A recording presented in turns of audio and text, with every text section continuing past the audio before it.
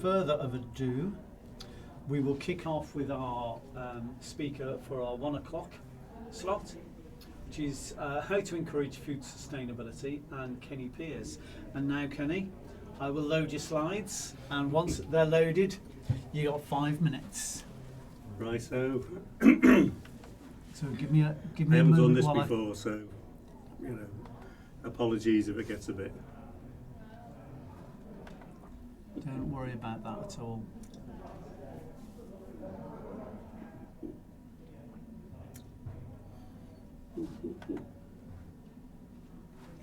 Oh, right, we're off. Okay, so before we talk about sustainable production, we really need to understand the unsustainable, because obviously we're going to move forward, aren't we? Unsustainable, fossil fuel based, huge machines. Again, unsustainable distribution based on just-in-time philosophy, could easily all go wrong. Again, all fossil fuel based. Fossil fuels are finite. At the moment, we're talking about sustainable food. We only produce 60% of our own food. Again, it's a global industry. It should be localized, because a global industry is unsustainable. And again, it's that thing based on fossil fuels. Energy return, energy invested, absolutely the most important thing that every single human being needs to understand. None of us do. Basically, it takes energy to make energy. Again, physically, in a traditional way, every joule of energy you expend, you need to produce 3 simply to survive.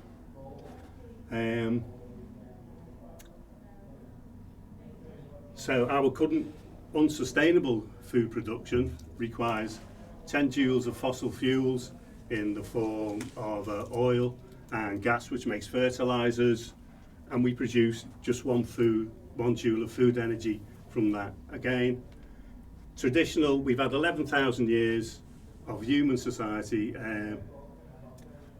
In traditional agriculture, it's low energy because it's human based, it's low tech. Modern food production just after the Second World War, this is when the fossil fuels and the fertilizers kick in, so it's high energy, it's high tech with all those GPS driven tractors. It's high cost because the farmers are all get taxpayer subsidies. This is my old allotment, not my new one, but I thought I'd stick that in there because I've got a break. But it's like, really this is the future. So now we're on to sustainable food, because this is low tech. It's all human energy. It's you're using in compost, recycled compost. It's messy.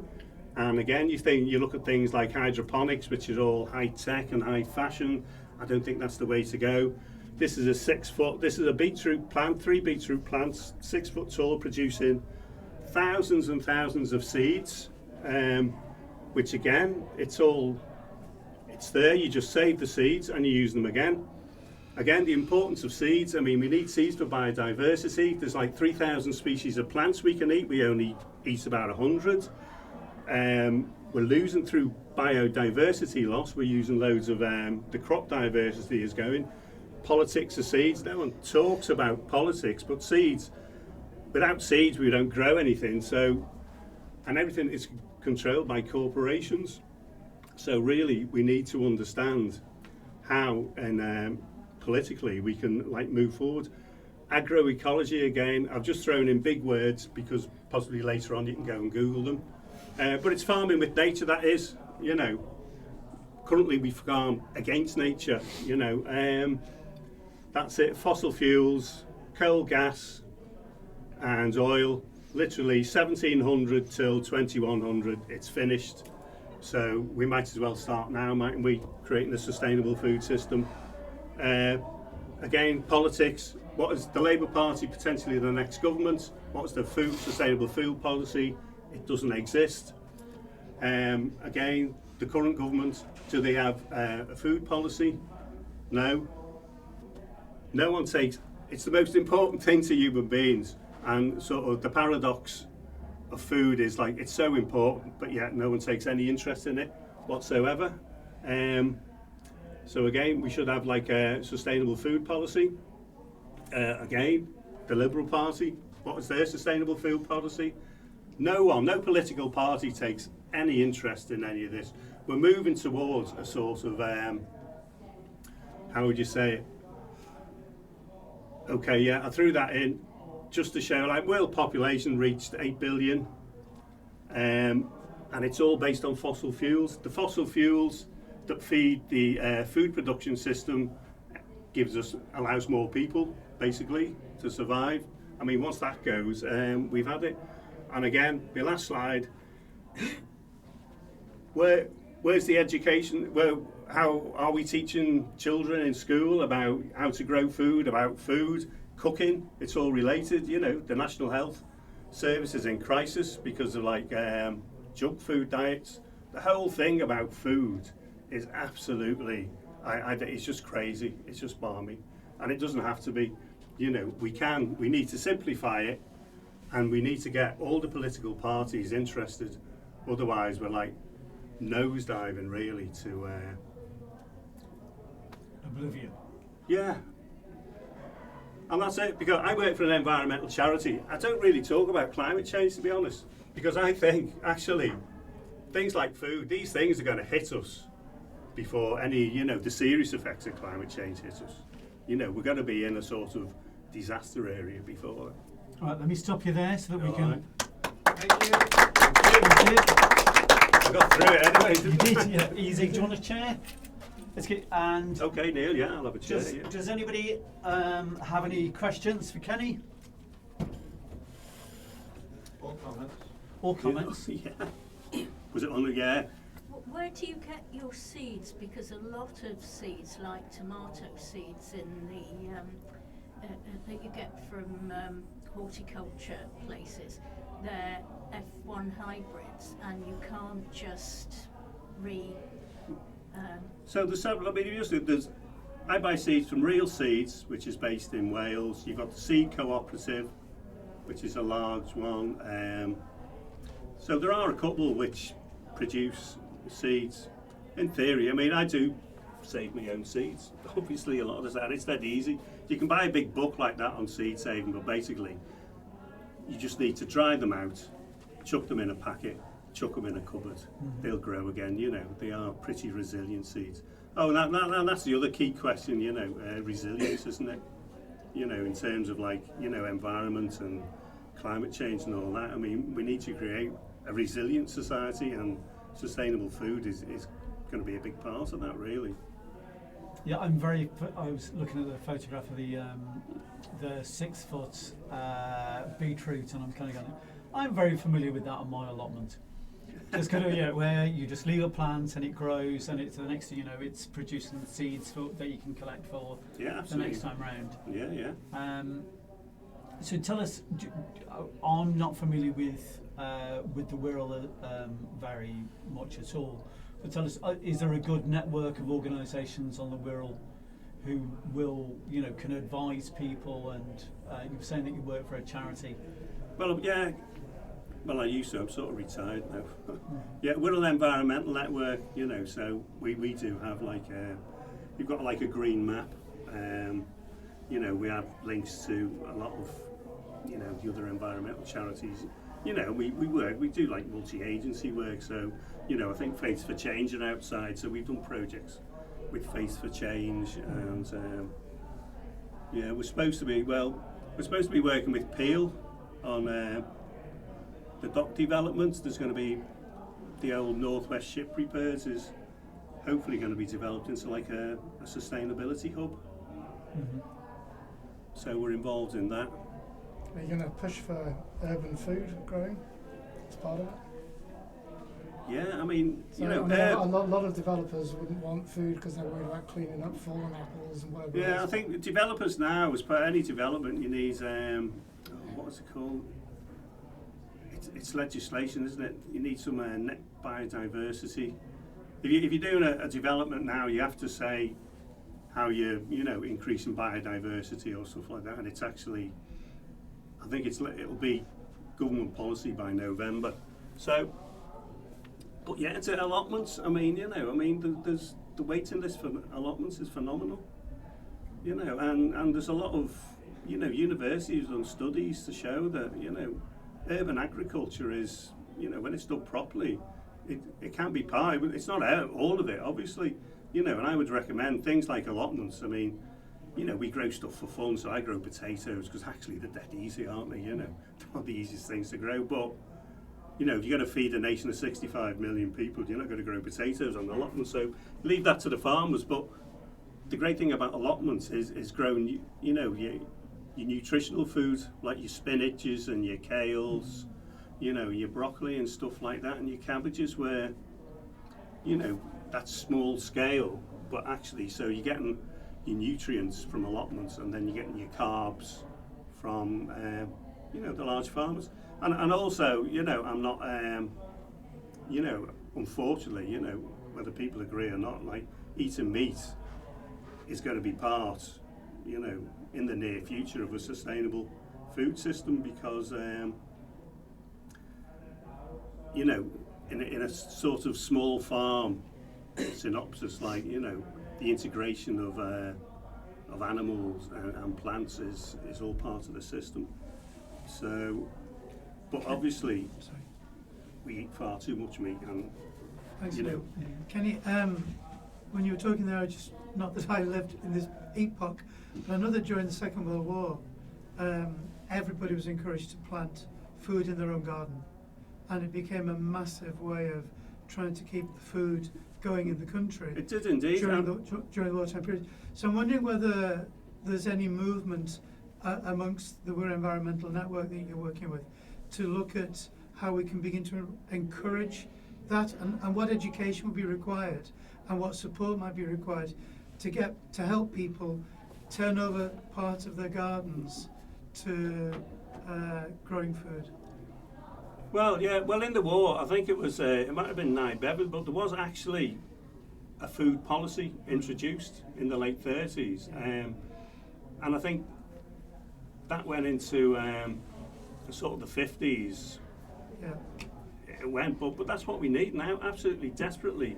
We need all the political parties to focus on food policy, because we do not have any policy on food. I mean, Why do you think that is? Because it's obvious, isn't it? There should be one. What about the Greens? You didn't mention the Greens. No, well, I'm They in the must Green have a food Party, policy. but I haven't actually looked at their policy, so I assume somewhere, because you can access it on the website, Yeah. so yeah. You mentioned like education. I'm a science teacher, and we do actually teach a lot about the theory, like what you're talking about, like sustainability and all the problems with climate change. So the current teenagers are being told a lot about the sort of doom and gloom disaster that we're potentially living in. But you're quite right, they're not actually given enough opportunity to learn cooking and stuff. Because of all the cuts, we have the kids have very few opportunities to actually do like what we would call domestic science. They just do it for a very short time. So I think there is a lot of potential if the politicians realise to actually, bring back things like, the kids working outdoors, older children. I think primary schools do have little gardens and things, but there's very little opportunity for the secondary age that I teach to do outdoor stuff, because we've got a very, very sort of academic focused curriculum. So I think there is a lot of opportunity, because at the moment we are teaching the children of all these problems, but we're not actually giving them the tools to actually get society out of it, you know what I mean? So the politicians do need to wake up. Yeah, I mean, for me, it should be like a sort of vault face. It should be, because everything you read is negative, and psychologically that puts people off. People just have a natural, okay. So if we actually focus on the solutions, and sort of promote those more, then that's going to be, and that's why I think education is so important, because you've got millions of kids at school, and but the curriculum is not designed, as you pointed out, the curriculum is designed for it's telling them all the facts about it, but we're not actually giving them solutions. Can I jump in on that one? I run a project.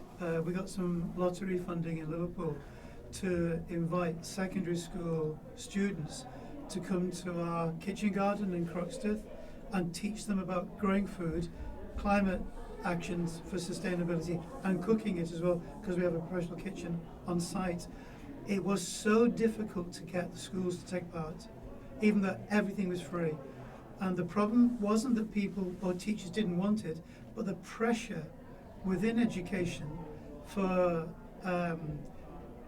for results means that schools are not able to enable kids to come out even for a half a day or a day's activity, which is doing exactly what we're just suggesting should happen. It's taking the theory they learn and showing how it can be put into practice in reality in their local area. And I discovered as a result of that when a school was keen to do it, their next issue was finance.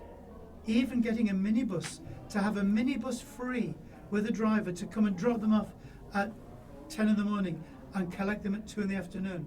Some schools just didn't have the capacity to do that. It's extraordinary. It is. I mean, it's the logistics, isn't it? I'm doing an event next week here in Birkenhead in the North End.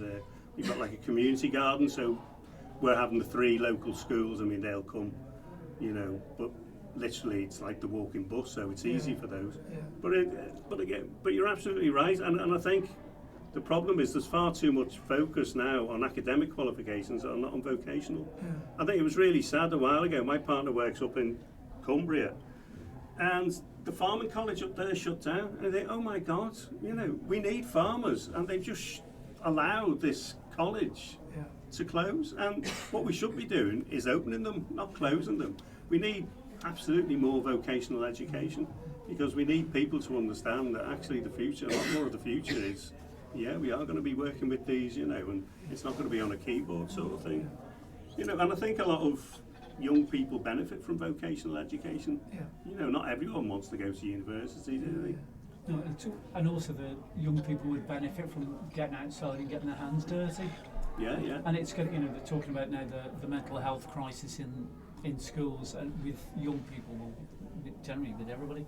And there is enormous benefits for getting out and getting your hands dirty and growing something and spending time contemplating, is this going to work? Is it not going to work? Is it going to grow? Is it not going to grow? So there are enormous health benefits there, and it is just, how do we point resources and go, from schools and go, take them to this farm, spend the day with, let them spend time there. That's a good use of resources.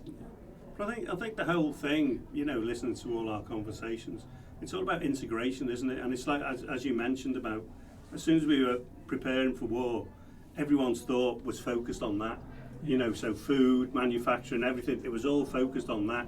And it was an integrated approach, wasn't it? Everyone's mind was like that. And I think that's what we need. And that's why I say, like, lots of people do lots of local actions, but really it has to be taken from the top level. It has to be there in Parliament, with political parties and everyone. It has to be driven from the top now. We can't, it's no good just what we do locally, like little bits and pieces. It has to be like an integrated policy. And the climate crisis should be the modern equivalent of World War II. Yeah, exactly. It's on a par, if not worse. Yeah, for the whole world. It's all connected, isn't it? Yeah. It's all connected. Yeah. Because it was only, I think, yesterday morning I was reading an article in The Guardian, and it was just like 800 million trees have been cut down in the last 6 years. I saw that. For beef farming. I know. And you're just like, terrifying. We're doomed. That was just in the Amazon. Yeah. Just in the Amazon. And you just think, oh my God, it's Terrible. had to stop, hasn't it? But But then Bolsonaro was an absolute idiot. Well, we're cutting them down here all along our streets because it reduces ongoing maintenance cost contract. Yeah. So the whole city's like, oh no, they're taking all our trees out, which provides shade and stop the heat island effect in cities. Why? Because we've got a 20-year contract and it's costing us slightly more to maintain them than knock them down. Yeah, Sheffield. I mean, the idiocy of allowing that, that's just on a micro scale. So Oh yeah, we can't even get the basics like that right. There was a big controversy in Sheffield, wasn't there, over cutting the trees down? Yeah, Plymouth just slaughtered its inner city trees, just took Oh them yeah, all to down. build a new shopping centre. Well, there you New go. pa- like, new paving design. Yeah. If you can't get the basics right. But again, it's on politics. If you think like The government's budget this year for roads is 27.4 billion, and the government's budget for farming is 2.7. So it's just like if it was reversed. Imagine what we could do. The councils could employ people to run allotments and promote it. Like it's all, as I say, it's all about what comes from the top. And it's, I mean, often I see in the area where I live, there's an awful lot of wildflowers being planted on waste ground, which is great. Yeah. It's great there's wildflowers being planted and there's projects taking place. That's really good, prettifies the area for the insects, etc.